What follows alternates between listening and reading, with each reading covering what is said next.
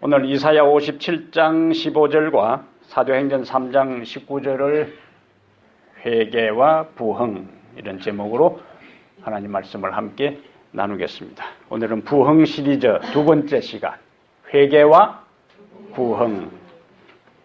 사람들이 듣기 좋아하는 말은 잘했어,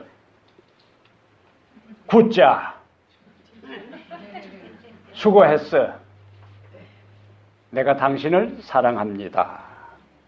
이러한 말을 사람들이 듣기 좋아해요. 듣기 싫어하는 말은 다른 사람과 비교하는 말이고, 또 너가 잘못했다 하고 지적받는 말이에요. 너가 잘못했다. 그 다음에 우리가 가장 하기 어려운 말은 내가 잘못했다 하는 말이에요. 가장 듣기 싫은 말은 네가 잘못했다 하는 것이고, 가장 어려운 말은 내가 잘못했다. 그것은 이미 우리가 아담과 하와의 모습을 봐도 알 수가 있어요. 사람 앞도 아니고 누구 앞에서도, 하나님 앞에서도 아이고 하나님 내가 잘못했습니다 이렇게 하면 될 걸 다 아담도 그렇고 아내도 그렇고 핑계대고 이유를 대고 변명하고 합리화시키고 정당화하고 그렇게 하잖아요. 우리 한국에 최근에 법정에서는 한때 잘 나가던 사람들, 그들이 죄를 인정하는 거 봤습니까? 다 발뺌하는 거예요. 옛날에 판사하던 사람들, 내 죄를 알렸다 하던 사람들, 검사하던 사람들, 죄 찾아내는 전문가들, 또 다른 사람 죄 없다고 변호하던 사람들, 한결같이 법정에서는 자기는 아무 잘못한 것이 없다. 그러면 그들만 그럴까? 그들만 그렇습니까? 아담과 하와만 그랬고, 역사를 통해서 그랬고, 한국에 한때 잘 나가던 사람들만 내가 잘못했다 하는 말을 그렇게 하기 힘들어 합니까? 그것은 그들의 모습은 그들의 모습으로 끝나는 것이 아니라 오늘 우리의 모습만 봐도 내가 잘못했어 하는 말 참 하기 어렵습니다. 그런데 하나님은 각 시대에 선자들을 통하여 끊임없이 하나님의 백성들에게 회개하라는 기별을 전했어요. 회개하라는 걸 뭘 전제하는 거예요? 내가 지금 잘못했다는 것을 전제하는 거예요. 잘못했으니까 그 길에서 돌아서라 하는 이야기. 신약 성경이 시작되자마자 선포되는 기별도 마가복음 1장 15절에 예수님의 선구자 침례 요한도 회개하라, 천국이 가까웠다. 그 다음에 이제 주인공으로 등장한 예수님도 마태복음 4장 17절에 회개하라, 천국이 가까웠다. 예수님의 가르침을 받은 제자들도 마가복음 6장 12절에 회개하라, 천국이 가까웠다. 사도행전 17장 30절에 바울도 한결같이 회개의 기별을 전파했어요. 구약시대에 반복해서 선지자들이 전한 핵심적인 기별도 회개하라. 예수님의 선구자도, 예수님도, 제자들도, 그리고 가장 신약시대에 탁월했던 전도자 바울도 뭐하라? 회개하라. 회개라 하는 말의 헬라어는 지난 시간에 우리가 히브리어를 하나 배웠어요. 숨을 불어넣는 걸 뭐라 한다고요? 하야, 후, 하야. 그 생명을 불어넣는 거예요. 헬라어로 회개는 메타노이아라 그래요. 메타노이아. 뭐라고 한다고요? 메타노이아. 메타라 하는 말은 변화라는 뜻이에요. 메타라 하는 말은 변화라 하는 말이고, 노이아라 하는 말은 머리를 이야기하는 거예요. 그래서 메타노이아 하는 것은 생각과 마음의 변화를 이야기해요. 무엇과 뭐죠? 생각과 마음의 변화. 이것은 겉이 바뀌는 것이 아니고 속 사람이 근본적으로 새로워지는 내적인 변화.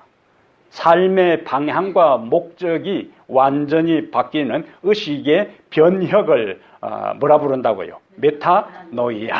이것이 회개라는 단어가 함축하고 있는 말입니다. 그러면 왜 하나님께서 각 시대의 선자를 통해서 뭐하라? 회개하라. 침례 요한도 회개하라. 예수님도 회개하라. 제자들도 회개하라. 바울도 회개하라. 왜 이렇게 반복해서 회개하라는 기별을 전했을까? 우리가 첫 번째 생각할 것은 회개의 필요성입니다. 회개의 필요성. 한자말로 일어탁수라 하는 말이 있어요. 일어탁수. 짐작해 보니까 한 마리 물고기가 물을 흐리게 한다. 일어탁수라 그래요. 그걸 이제 그 물고기를 조금 더 구체적으로 할 때는 미꾸라지 할 때는 일추탁은 그래요. 일추탁은 미꾸라지 추어탕 미꾸라지 추자요. 일추탁은 은이라 하는 것은 물이 한 곳에 모아놓도록 막아놓은 언덕을 이 담을 가리켜서 은이라 하는데 일추탁은 미꾸라지 한 마리가 우물을 흐리게 한다. 영어에도 이 유사한 표현이 있습니다. A rotten apple spoils the better. 썩은 사과가 상자에 있는 다른 사과를 상하게 한다. 그 말이에요. 눈치가 보니까 못 알아들은 것 같아요. 발음이 그래서 그런 건지 영어 실력이 없어서 그런지 그 실력 가지고 미국에 어찌 살아가는지 모르겠네. 경영학에서 이것을 뭐라고 하냐면은 썩은 사과의 법칙이라 그래. 한 조직 안에서 문제 있는 사람이 그 문제 있는 사람을 해결하지 않을 경우에 결국에 거대한 조직을 결국에 망가뜨리고 붕괴시키고 문을 닫게 만든다는 것이 이 경영학에서 중요하게 생각하는 법. 썩은 사과의 법칙. 썩은 사과. 여러분 우리가 상자 안에 썩은 사과가 하나 있으면 사과 하나로 끝나는 것이 아니고 조금 있으면 뭐예요? 연달아 옆에 있는 사과가 썩어가게 만드는 거예요. 어항에 물고기 한 마리가 썩어 죽은 것을 그대로 뒀을 경우에는 물 전체가 오염되어서 나머지 고기도 다 죽게 돼요. 그래서 죄는 물을 흐리게 하는 미꾸라지요. 죄는 주변 사과를 썩게 하는 썩은 사과요. 죄는 온몸에 번져나가 결국에 무한정식해서 우리 몸에 있는 모든 다른 세포들을 죽게 하고 영양분을 다 빼앗아 환자를 죽게 하는 암적 존재가 뭐라고요? 죄다. 죄. 그래서 하나님은 뭐라고 이야기했어요? 각 시대마다 회개하라. 그렇게 한 거예요. 여호수아 7장에 가면은 한 사람의 영향력이 몇 사람요? 한 사람의 영향력이 얼마나 큰지를 단적으로 보여주는 이야기가 여호수아 7장에 나와 있습니다. 여기에 등장하는 사람은 아간이요. 아간. 알란가 모르겠네. 아간. 예? 하나님께서 가나안 전쟁을 선포하시고 이스라엘 백성들로 하여금 가나안 땅을 하나하나 정복하게 할 때 첫 번째 그들이 맞닥뜨린 도시가 여리고입니다. 그래서 그들이 가나안을 기적적으로 요단강을 기적적으로 건넌 다음에 여리고를 공격하기 전에 하나님께서 특별한 명령을 내리는데 여호수아 6장 18절 19절에 여리고 성에서 너희들이 볼 수 있는 모든 짐승이나 사람이나 물건이나 금은 보화는 절대로 손대지 말라. 그것은 다 여호와께 속한 것이라 그랬어요. 근데 성경의 전쟁 중에 한 나라를 정복하면은 반드시 전리품을 챙깁니다. 근데 하나님께서 여리고에서만큼은 절대로 전리품을 챙기지 말고 다 멸하라고 말씀하셨어요. 근데 여호수아 7장에 가보겠습니다. 여호수아 7장에 한 특별한 설명을 우리가 볼 수 있는데, 자, 여호수아 7장 읽어봅니다. 이스라엘, 큰 소리 읽으시라니까. 이스라엘 자손들이 온전히 바친 물건으로 말미암아 범죄하였으니. 누가 범죄했다고요? 이스라엘 자손들이 범죄했다 그랬어요. 그래 놓고 뭐라고 연결돼요? 이는 유다 지파 세라의 정손 삽디의 손자 갈미의 아들 누가니?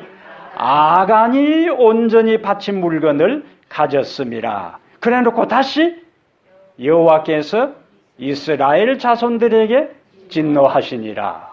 처음에 시작은 어떻게 해요? 이스라엘 백성들이 뭐 했다? 범죄했다. 그러면서 다시 두 번째 내용은 아간이 바친 물건을 훔쳤다 그랬고, 그런데 아간에게 진노한 것이 아니고 여호와께서 이스라엘 자손들에게 진노하시니라.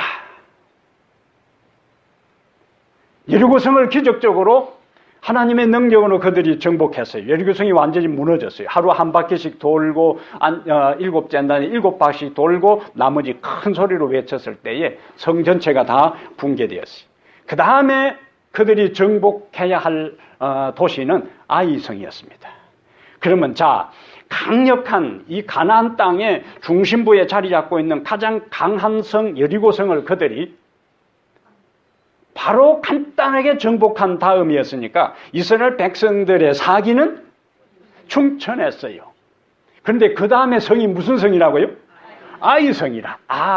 이름 그대로 뭐요? 이 아이성 정도면은 우리가 간단하게 정복할 수 있다. 그래서 이스라엘의 이 정예비군을 동원하지도 않고 2, 3천 명 정도 전쟁에 투입시켜서 아이성 공략에 나섰어요. 근데 아이라고 얕잡아 봤는데 오히려 그들은 전쟁에서 패했어요. 그러면 강력한 도시를 공략한 다음에 조그만 아이성을 공략하지 못했을 때에 그들은 하루아침에 사기가 완전히 바닥에 떨어진 겁니다. 그럼 무언가 이유가 있을 것이다. 이때에 여호수아는 하나님 앞에 기도합니다. 하나님께서 그에게 말씀하세요. 그러면서 너희들이 범죄했다고 이야기를 해요. 그래서 작은 아이성이라 할지라도 강력한 여리고성을 정복한 그들이 정복하지 못한 이유가 어디에 있는가? 하나님의 명령을 어긴 몇 사람이? 한 사람이 백성 가운데 있다는 거예요. 그래서 그 죄를 제거하라는 거예요. 그래야 내가 다시 능력으로 너희들에게 역사하겠다. 그래서 12지파들을 대표를 모아서 한 사람 한 사람 제비를 뽑아보니까 마침내 누가? 아간이 이제 그 죄를 지은 것을 파악하게 돼. 그리고는 아간을 아골 골짜기로 끌고 내려가서 아간과 그의 가족들을 제거합니다. 그리고 다시 전쟁에 나가서 승리하게 돼요. 그러니까 한 사람의 죄는 본인과 가족과 이스라엘 전체 공동체에 엄청난 영향을 미친다는 사실을 우리는 여호수아 6장과 7장의 누구 이야기를 통해서? 아간의 이야기를 통해서 우리는 알 수가 있습니다. 그러니까 우리들 한 사람 한 사람이 내가 어떻게 신앙생활을 하느냐 하는 것은 내 한 사람으로 끝나는 것이 아니고 나와 관계되는 가족과 이웃과 내가 속해 있는 교회에 엄청난 영향력을 미친다 하는 것이 오늘 여호수아 7장을 통해서 우리에게 주시는 메시지예요. 전도서 10장 1절에 솔로몬은 죽은 파리들이 향기름에 악취가 나게 만든다 그랬어요. 죽은 파리가 향기름에 악취가 나게 만든다. 성경에서 교회는 그리스도의 몸이라 그랬어요. 그리고 우리들 한 사람 한 사람은 지체라 그랬어요. 고린도전서 12장 가보겠습니다. 자, 교회는 그리스도의 몸이고 우리 한 사람 한 사람은 지체다. 자, 이걸 이제 염두에 두고 고린도전서 몇 장으로 가요? 12장. 고린도전서 12장 26절로 이제 가보겠습니다. 고린도전서 12장 26절에 만일 한 지체가, 많은 지체도 아니에요. 만일 한 지체가 고통을 받으면 모든 지체가 함께 고통을 받고 한 지체가 영광을 얻으면 모든 지체가 함께 즐거워하느니라. 그래 놓고 27절에 너희는 그리스도의 몸이요 지체의 각 부분이라. 그러니까 한 지체가 병들면은 다 고통을 받고. 왜? 서로 연결되어 있으니까. 그럼 한 지체가 병들면은 썩은 사과의 법칙에 의하면 어떻게 된다는 거예요? 그 한 개인으로 끝나는 것이 아니고 내가 속해 있는 공동체를 다 누구로 말미암아 병든, 영적으로 병든 나로 말미암아 내가 속해 있는 공동체가 썩어 병들어진다는 이야기예요. 그러니까 우리 한 사람 한 사람이 내가 살면은 교회가 살고, 내가 죽으면 교회가 죽고, 내가 건강하면 교회가 건강하고, 내가 병들면 교회도 병드는 거예요. 이것은 사회의 법칙이고 경영의 법칙이고 일반 조직의 법칙이고 성경의 가르침입니다. 그래서 하나님은 우리에게 뭐라고요? 죄가 있으면 어떻게 되니까? 다 죽게 됐고 썩고 망가지니까 우리에게 뭐 하라고요? 회개하라. 그렇게 한 거죠. 이사야 59장 2절에 죄는 하나님과 우리 사이를 가로막는 장애물이라 그랬어요. 하나님의 은혜가 우리에게 임하는 것을 막습니다. 무엇이? 죄가. 하나님의 축복이 우리에게 오는 것을 막습니다. 무엇이? 죄가. 그리고 시편 66편 18절에는 우리가 우리 마음속에 죄를 품으면 하나님께서 우리의 기도를 듣지 않으신다. 그렇게 했어요. 그래서 내 나름대로 열심히 기도를 했는데도 기도의 응답이 없다면 뭘 살펴야 되는 거예요? 왜 응답을 안 해주시냐고 따질 게 아니고 하나님께 기도해봐야 소용없다고 말하지 말고 내 가운데 하나님께서 나에게 응답해 주시고 은혜가 임할 수 있는 것을 막는, 방해하는 죄가 없는지를 살펴야 되는 거예요. 죄를 갖고 있으면서도 기도할 때에 하나님께서 무조건 응답해 줘버리면은 죄를 살필 기회가 없어지는 겁니다. 그래서 하나님은 응답을 보려 하면서 우리로 하여금 뭘 살펴라? 내 자신을 살펴서 회개하지 아니하고 해결하지 아니하고 엄밀하게 품고 있는 죄가 무엇인지를 회개하도록 하기 위해서 때로는 하나님께서 기도의 응답을 지연시켜요. 지금 제가 부흥 시리즈 설교를 하면서 기독교 2000년 각 시대마다 성경에 나타나는 부흥과 역사 속에 나타난 부흥 시리즈를 보면서 항상 회개하는 곳에 부흥이 일어나고 부흥이 있는 곳에 회개가 있었어요. 부흥은 회개로 연결되고 회개는 부흥으로 연결돼요. 저기도 보세요.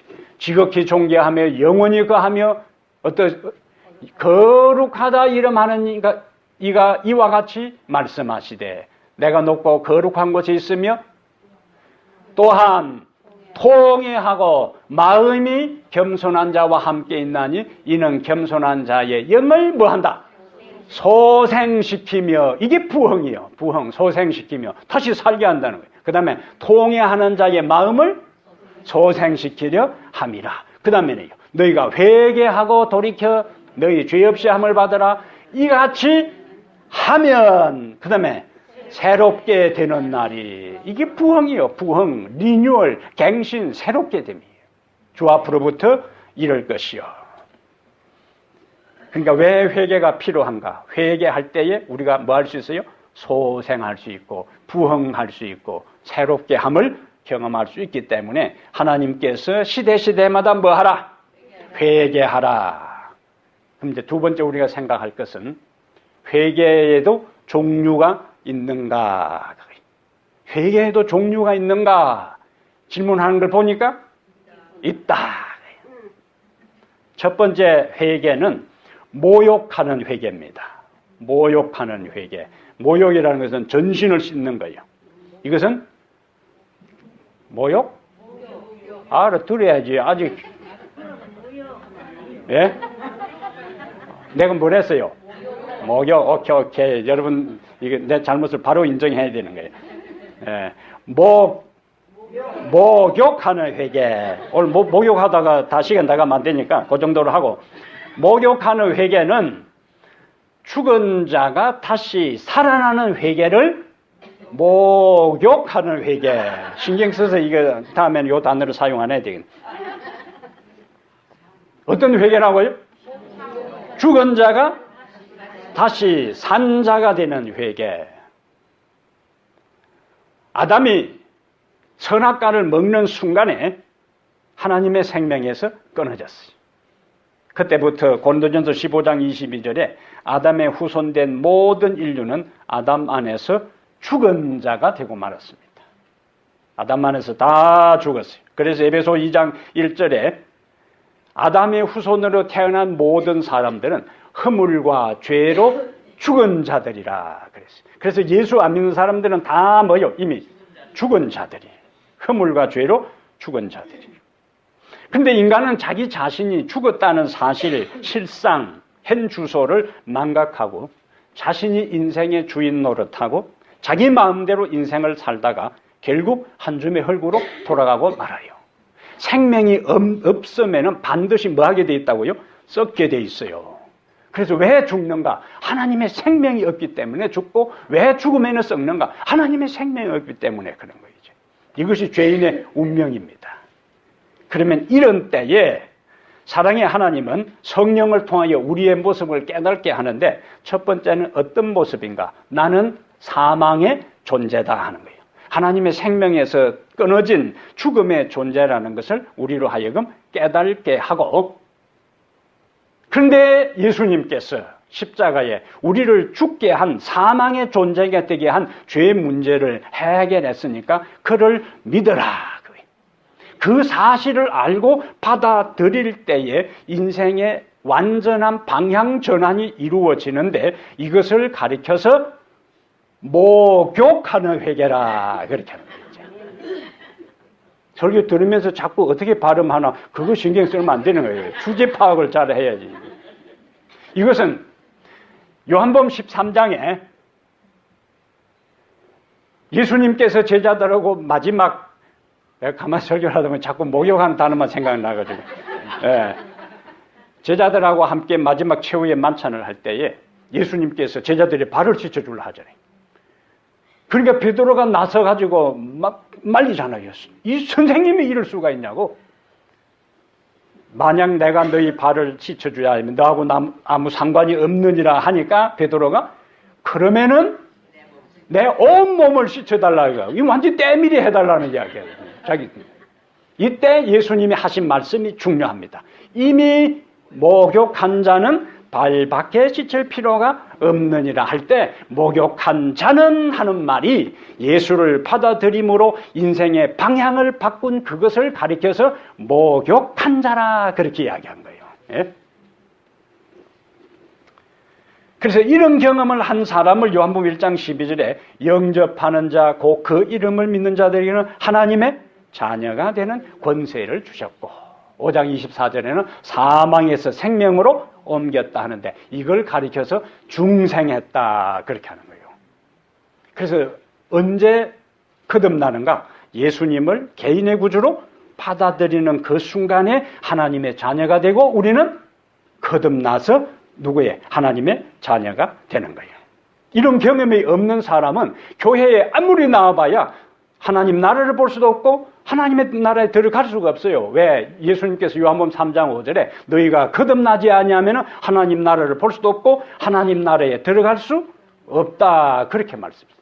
그러니까 구원에 있어서 제일 중요한 첫 출발은 내가 죄인이고 나는 죽음의 존재고 예수님께서 그 죽음의 문제를 십자가에 해결하셨다는 것을 받아들이는, 여기서부터 신앙생활이 출발되는 거예요. 이것이 가장 기본적인 출발입니다. 이거 없이는 아무 소용이 없는 거예요. 이것을 목욕하는 회개, 대회개입니다. 그 다음에 이제 두 번째 회개는 거짓 회개가 있는데, 자, 우리가 예수님을 믿고 하나님의 자녀로 살아간다 할지라도 아직도 우리 속에 죄의 본성이 남아 있어요. 그렇기 때문에 자꾸 이전 세상으로 돌아가려고 하는 습성이 있습니다. 아브라함이 갈대아 우르를 떠났어요. 그곳에 살던 삶을 청산하고 가나안을 향하여 떠났어요. 그리고 가나안에 생활하면서도 항상 그가 하나님께 순종한 것이 아니고, 항상 하나님의 말씀을 믿은 것이 아니고, 때로는 자기가 판단해서 행동하고 처신할 때가 있었어요. 이것이 인생의 방향을 튼 사람에게도 나타날 수 있는 현상이라는 거예요. 누가복음 15장에 탕자가 집을 나갔다가 자기 잘못을 깨닫고 아버지께로 돌아왔어요. 완전한 뭐요? 인생 방향 전환입니다. 방탕하고 잘못된 삶을 살다가 아버지께로 돌아왔어요. 그리고 그의 신분이 아버지가 너 하는 거 봐가면서 내 아들로 받아주든지 안 하든지 하겠다 하지 않고 돌아온 그것으로 그 순간에 뭐요? 아들로 다 받아주었어요.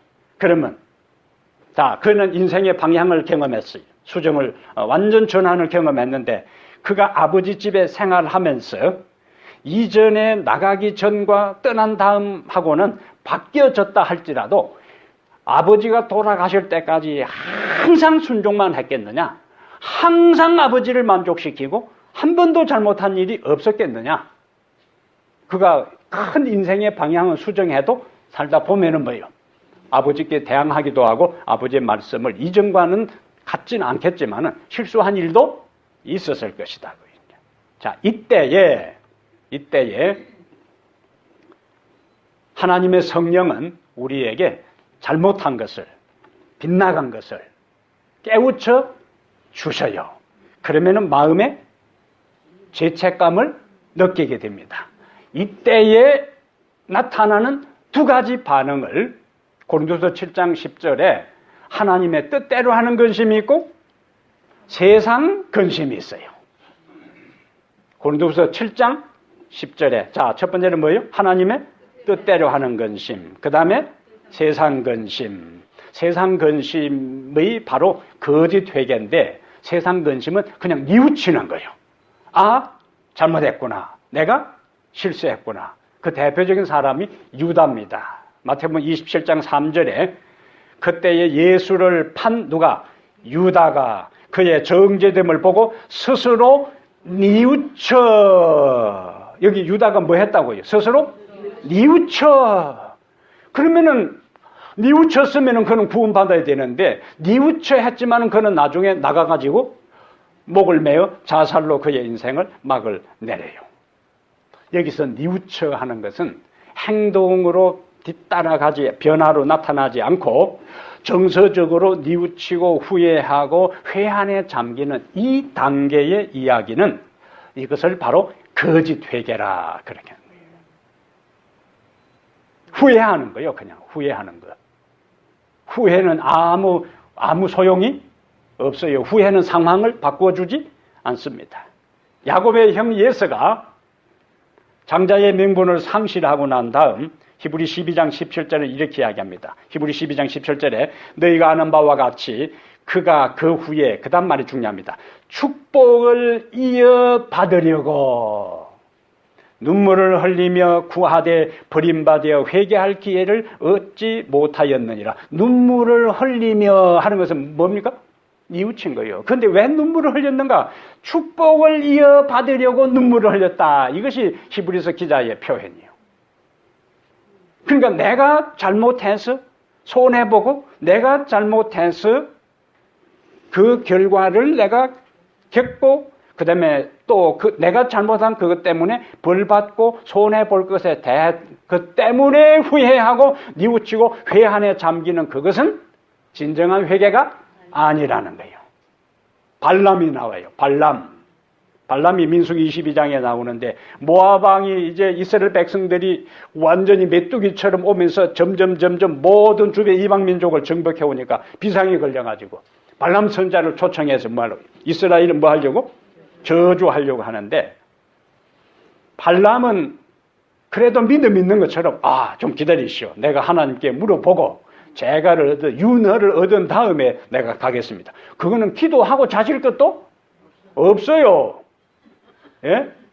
아니 하나님의 백성들을 저주하도록 당신을 초청한다고 하는데 하나님께 가서 저주할까요 말까요 따라갈까요 물어볼 것도 없습니다. 그거는 단호하게 네 이놈 가라고 바로 쫓아보내야지. 그런데 뭐가 욕심이 나가지고 그들이 황금을 잔뜩 싣고 왔으니까 가서 몇 마디 저주하면은 평생 묵을 게 해결되니까 이거 돌려보내자니 아깝고 그렇다고 그냥 따라 붙이자니 그렇고 그러니까 뭐라고요? 내가 기도해보게. 종종 우리가 이런 잘못을 범합니다. 하나님의 말씀에 분명히 나와 있으면 그냥 따르는 것이지, 내가 기도해보고 하는 사람은 그건 잘못된 신앙생활을 하는 거예요. 나왔으면 나온 대로 그냥 따르면 되는 거예요. 뭘 또 기도해요? 이미 기도하면 하나님 우리를 어디로 인도하시는가? 말씀으로 인도하셔요. 근데 자꾸 하나님께 기도해가지고 물어본다 싸니까 하나님께서 오케이 가라. 근데 하나님께서 그것이 마지못해 허락한 것이기 때문에 발람이 이제 휘파람을 불면서 이제 룰룰 가는데 천사가 나타나는데 말은 그것을, 나귀는 그걸 보는데 발람의 눈에는 이 금이 아롱아롱 해가지고 천사가 안 보이는 거예요. 욕심에 현혹돼 버리면은 하나님의 영이 그것이 감겨버리기 때문에 보이질 않는 거예요. 그래서 천사가 나타난 것을 나중에서 깨닫고, 말이 이제 노새요 당나귀요 말을 하니까 두드리 패다가 이제 말을 하니까 가만히 보니까 천사가 있으니까 잘못했다고 그래요. 근데 이때 잘못했다는 것은 그 상황을 모면하기 위한 잘못이요. 왜냐면은 22장, 23장, 24장까지 갑니다. 그 가서도 바로 저주하지 않아요. 제단을 쌓아놓고 내가 하나님께 기도해 보겠다고. 그런데 하나님의 영이 강력하게 임해서 저주 대신에 축복을 선언하니까 이 모압왕 발락이 미칠 지경이에요. 그렇게 엄청나게 보물을 주고 모셔다 놨는데 저주는커녕 축복을 하니까, 그리고는 다시 이제 당신 가시오 돌아오는데 그것으로 끝나요. 24장 마지막은. 그런데 25장이, 민수기 25장은 발볼에서 그 축제가 벌어지는데 이방 여인들하고 이스라엘 지도자들하고 간음이 그곳에서 벌어집니다. 그러면서 이스라엘의 진노가 임해요. 그 아이디어를 제공한 사람이 누구냐? 발람이다. 발람이요. 겉으로는 크게는 뭐 하지 못하니까, 저주하지 못하니까 이스라엘 백성들이, 지도자들이 어김없이 걸려들 그 덫을 놓은 것이 뭐냐면은 이방 여인들과의 환락의 축제를 벌이게 하는데, 결국에 발람은 민수기 31장 8절에 칼날로 죽임을 당합니다. 거기에 흐름에서 보지 아니하면은 왜 발람이 죽을 이유가 없습니다. 왜? 그곳에 가서 저주하지도 않고 뭐 하다고 왔는데, 축복하고 왔는데 발람이 칼날에 죽을 이유가 없습니다. 그 다음에 우리가 계시록 앞에서 공부했어요. 계시록에 발람의 교훈을 따르는 자들 나왔습니다. 그러니까 발람이 저주하지 않고 하나님의 영에 의해서 할 수 없이 축복은 했지만은 그 이후에 민수기 25장에 그 우상 숭배의 제전의 아이디어가 발람에게서 나왔다는 것을 보여주는 거예요. 그러므로 천사에게 내가 잘못했다 돌아가겠다고 한 그것은 진짜 회개가 아니라는 거예요. 왜? 그의 삶이 뒷받침되지 않았기 때문에 그런 것입니다. 그럼 참 회개는 가장 대표적인 사람이 누구겠어요? 다윗입니다. 다윗. 그런데 여러분, 최근에 제가 성경을 읽으면서 하나 발견한 사실이 있는데, 사무엘 하의 주인공은 다윗이요. 사무엘 하 1장부터 10장까지 다윗은 전성기를 구가합니다. 그러다가 11장에 바세바와의 불륜 사건이 발생해요. 근데 우리가 성경을 얼핏 읽으면은 다윗이 범죄하자마자 누가 나타난 것으로? 나단 선지자가 나타난 것으로 장면이 전개되고, 그 다음에 바로 다윗이 그냥 잘못했다, 내가 여호와께 죄를 범하였다, 회개하는 것으로 읽기 쉽습니다. 근데 이 사무엘하 11장을 한번 보겠어요. 여기에 아주 중요한 메시지가 있습니다. 우리가 이전처럼 읽는 거하고 성경에서 그 시기적인 상황을 다시 읽고 성경을 읽는 것하고는 굉장한 차이가 있어요. 자, 사무엘하 11장 마지막 부분 보겠어요. 바세바의 남편 우리아가 이제 이 다윗의 음모에 의해서 전쟁에서 이제 죽습니다.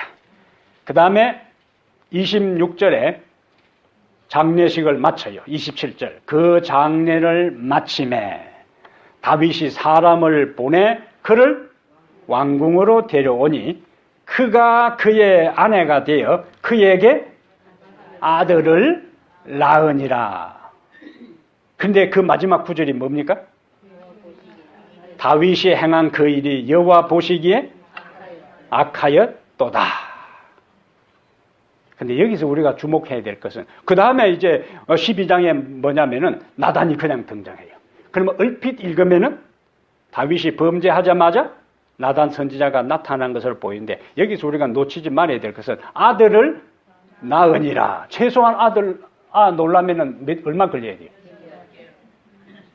예. 그러니까 그 다음 아이를 낳았다고 한 다음에 12장에 나단이 나타나는 거예요. 그러니까 세월이 얼마나 흘렀다는 거예요? 1년이 지났다는 거예요. 1년 동안 다윗이 회개한 것이 없기 때문에 나단 선자를 보냈고 그 다음에 그때 비로소 내가 여호와께 죄를 범했다고 회개했어요. 1년 동안 그는 아무런 죄책감도 없이 회개하는 삶 살지 않고 새로 이제 남편도 죽었겠다. 예? 자기 스스로 합리화시키는 거예요. 주변의 모든 그 이방 족속의 왕들은 그냥 이렇게 마음대로 하는 거예요. 주변에서도 다 하는데 내 이스라엘의 왕? 아이가 내가 뭐 왕으로서 그렇게 하는 게 뭐가 문제돼? 이렇게 하면서 스스로 합리화시키고 아무런 죄책감 없이 자그마치 1년을 그렇게 살아왔어요. 그런데 그것은 다윗이 행한 그 일이 여호와 보시기에 악하였더라.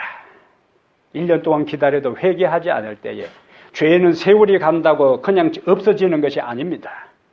하나님은 세월이 지난다고 나는 잊어버리고 나는 아무렇지 않다 해서 하나님은 그것을 눈 감아주는 게 아니요. 그래서 1년 후에 나단 선자를 보낼 때에 12장 13절에 가서 내가 여호와께 죄를 범하였노라고 고백하게 되는 거예요. 이 말은 1년 동안 다윗은 자신의 죄를 뭐 하지 못했는가? 자각하지 못했어요. 회개는 무엇을 전제하는가? 내가 지금 잘못되어 있구나 하는 것을 깨달아야만이 뭐 할 수 있는가? 회개할 수 있는 거예요. 다윗은 그동안에 합리화시켰어요. 정당화시켰습니다. 그런데 선지자의 견책을 통해서 비로소 자신의 죄를 뭐 하게 되었다고요? 자각하게 되었어요. 아, 이것이 하나님 앞에 엄청난 죄구나. 추악한 잘못이구나. 그는 자기의 죄를 변명하지 않았습니다. 핑계대지 않았어요. 합리화시키지 않았어요. 그래서 시편 51편 10절 12절에 정직한 영을 새롭게 해달라고 기도하게 돼요. 그 새롭게 부흥이요. 그 다음에 구원의 즐거움을 회복시켜달라. 부흥입니다. 그리고 철저하게 자신의 죄를 고백해요. 이것이 바로 하나님의 뜻대로 하는 근심입니다. 하나님의 뜻대로 하는 근심. 우리는 우리의 모습을 자각을 하지 못하기 때문에 뭐 하지 않아요? 죄를 회개하지 않습니다. 제가 처음에 설교한 것을 녹음을 해서 들어보니까 이게 내 목소리인지 누구 목소리인지 이상한 거예요. 이제. 그 다음에 녹화를 해서 보니까 계속 이러고 있는 거예요. 설교할 때.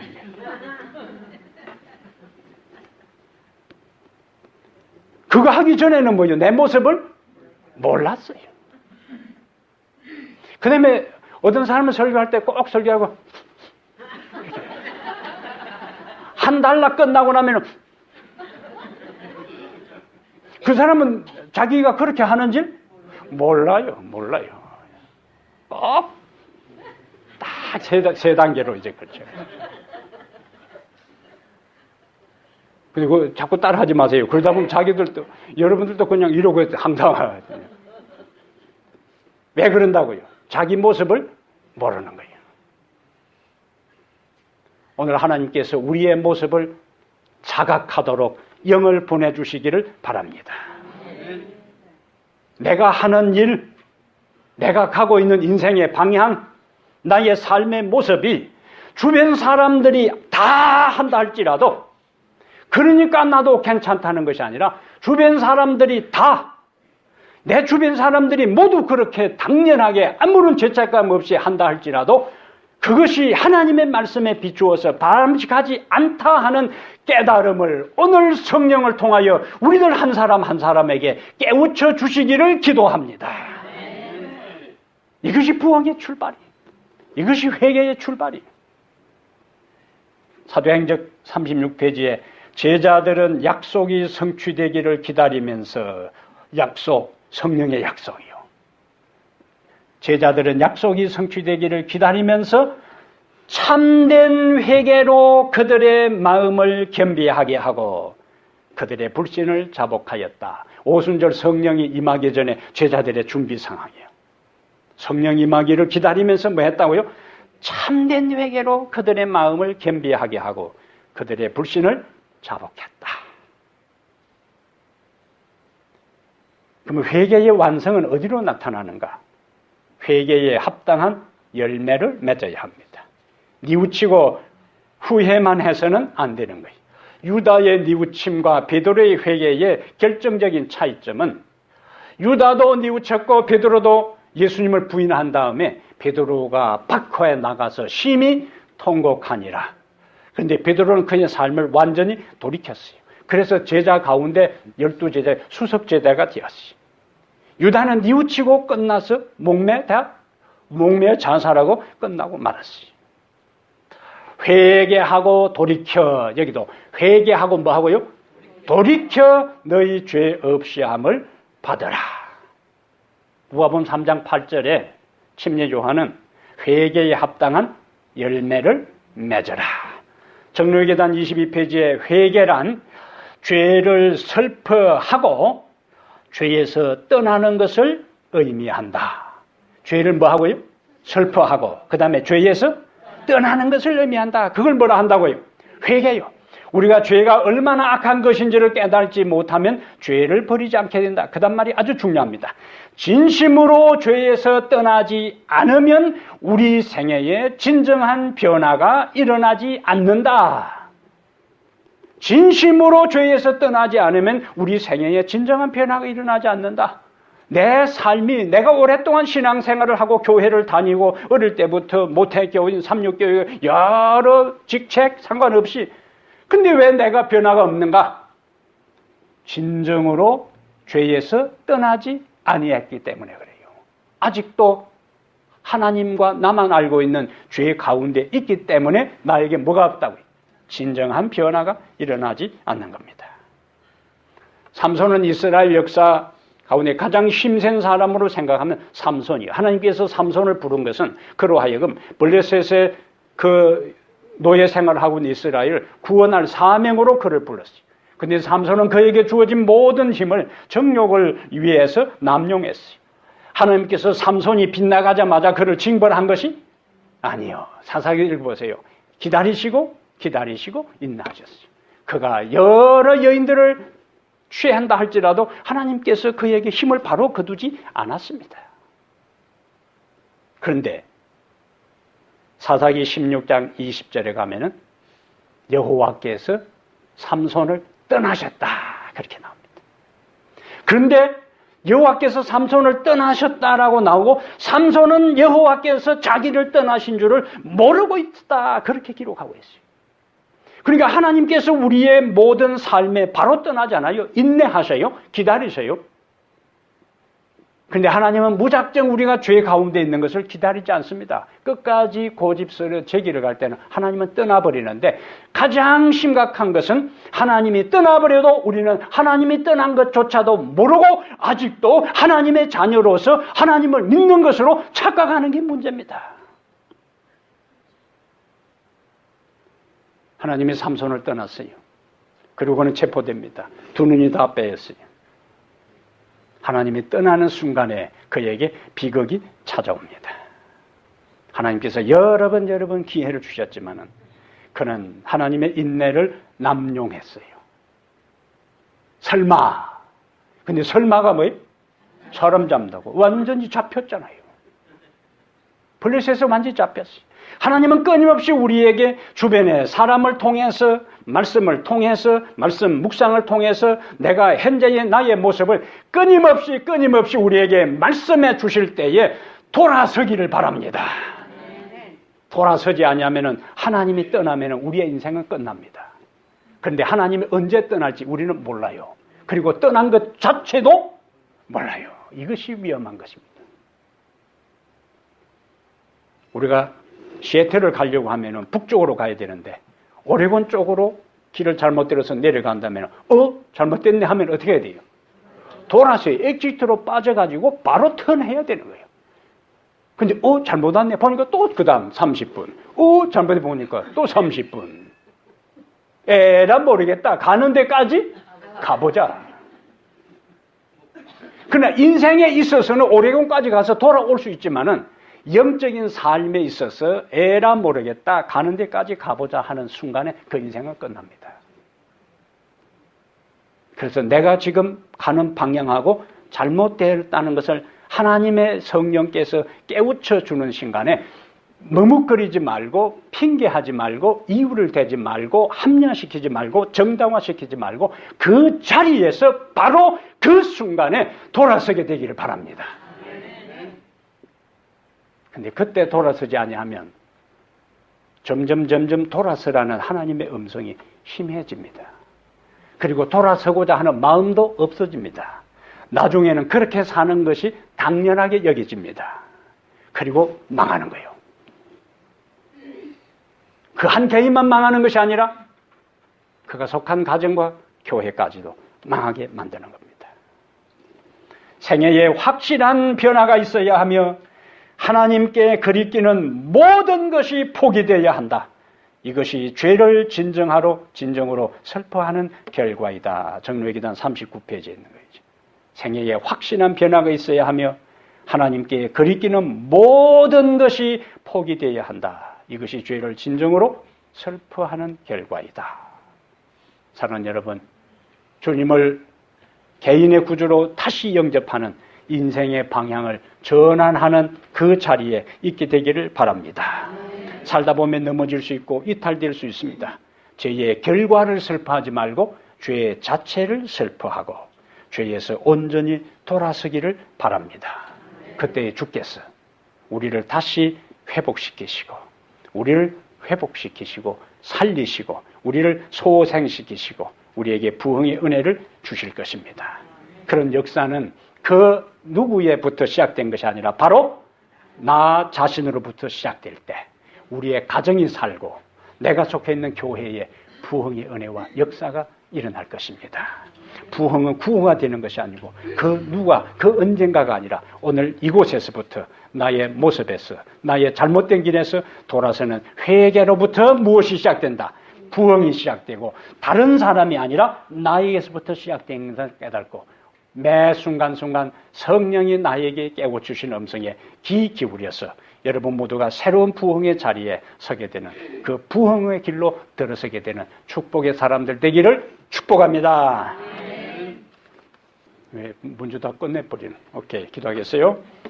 하나님 우리 아버지, 오늘 우리로 하여금 회개와 부흥의 관계에 대해서 다시 한번 깨우쳐 주시니 감사합니다. 부흥을 노래하고 부흥을 말하고 부흥의 구호를 외친다 해서 부흥이 일어나는 것이 아니라 우리들 한 사람 한 사람이 하나님의 말씀 앞에 내 자신을 비추어 보고 우리에게 말씀하시는 성령의 음성에 귀를 기울이며 회개의 자리로 나아갈 때에 우리들 개인이 살아나고 회복되고 부흥하며 소생하는 은총을 경험할 것을 저희들이 확신합니다. 오 아버지 하나님, 우리에게 우리의 모습을 자각하는 은혜를 주시옵소서. 내가 가는 길이 바른 길인지, 내가 사는 방식이 바른 삶인지, 현재 내가 이렇게 사는 것처럼 살아도 하늘에 이를 수 있는지를 참으로 진지한 마음으로 매 순간순간 성찰하고 살펴서 그렇지 않다 하는 주의 음성이 들리면 돌아서게 해 주시옵소서. 뉘우치게 해 주시옵소서. 죄에서 떠나게 해 주시옵소서. 결단하게 해 주시옵소서. 죄를 멀리하고 단절하게 해 주시옵소서. 그리고 주의 영을 우리 마음에 모시고 다시 주님이 가라고 명한 그 길을 하나하나 걸어가는 한 걸음 한 걸음 향하여 나아가는 저희들 모두 되게 하옵소서. 이제는 우리 주 예수 그리스도의 은혜와 하나님 아버지의 무한하신 사랑과 성령의 깨우치시고 자각시키시는 은혜가 우리 모두에게 함께 하시기를 우리 주 예수 그리스도 이름으로 간절히 축복합니다. 아멘.